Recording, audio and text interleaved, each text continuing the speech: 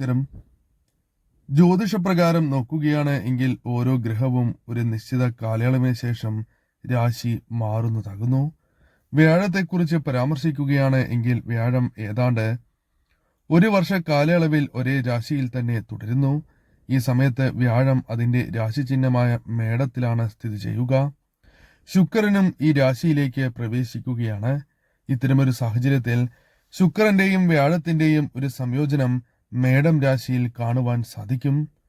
അസുരന്മാരുടെ ഗുരുവായ ശുക്രന്റെയും ദേവന്മാരുടെ ഗുരുവായ വ്യാഴത്തിന്റെയും സംയോജനം പല രാശിക്കാരുടെയും ജീവിതത്തിൽ അത്ഭുതകരമായ നേട്ടങ്ങൾക്ക് കാരണമായി തീരും എന്ന് തന്നെ പറയാം.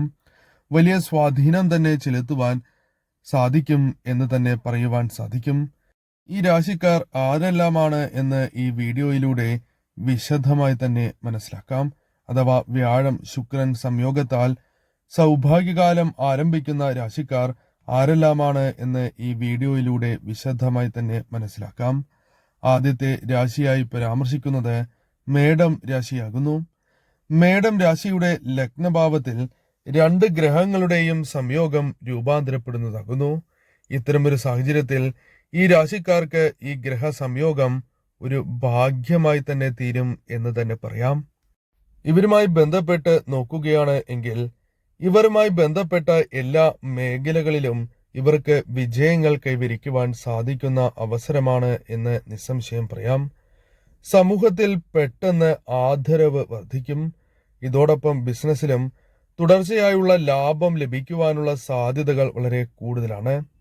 നിങ്ങളുടെ കരിയറുമായി ബന്ധപ്പെട്ട് നോക്കുമ്പോൾ ജോലികൾ വളരെ വിലമതിക്കുന്നതാകും.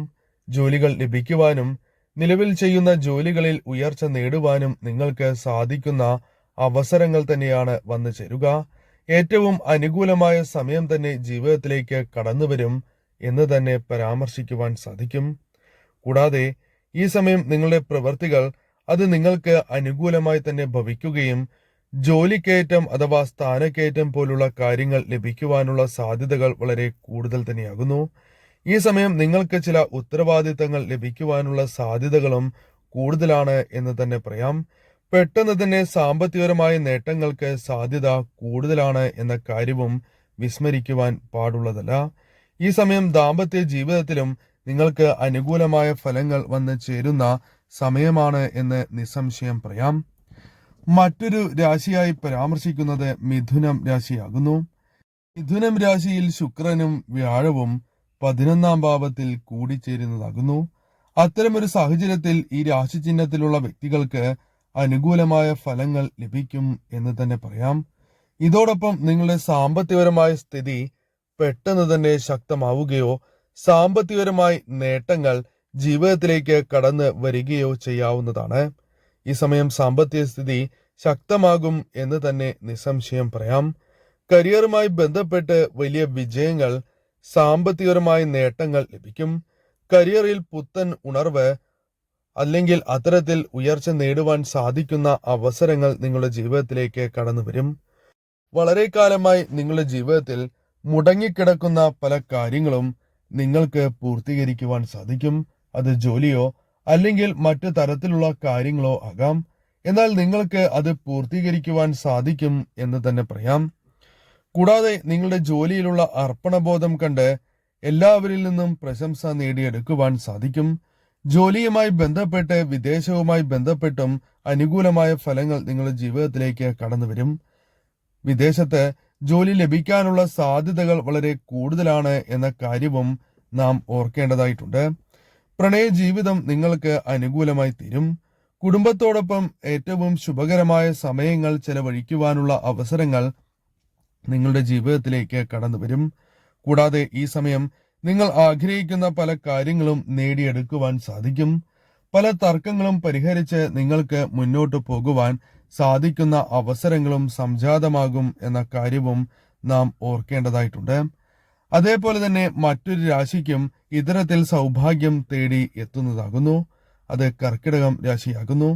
കർക്കിടകം രാശിയിൽ വരുന്ന നക്ഷത്രക്കാർക്ക് 10ാം ഭാവത്തിൽ ശുക്രന്റെയും വ്യാഴത്തിന്റെയും സംയോഗം നടക്കുന്നതാകുന്നു.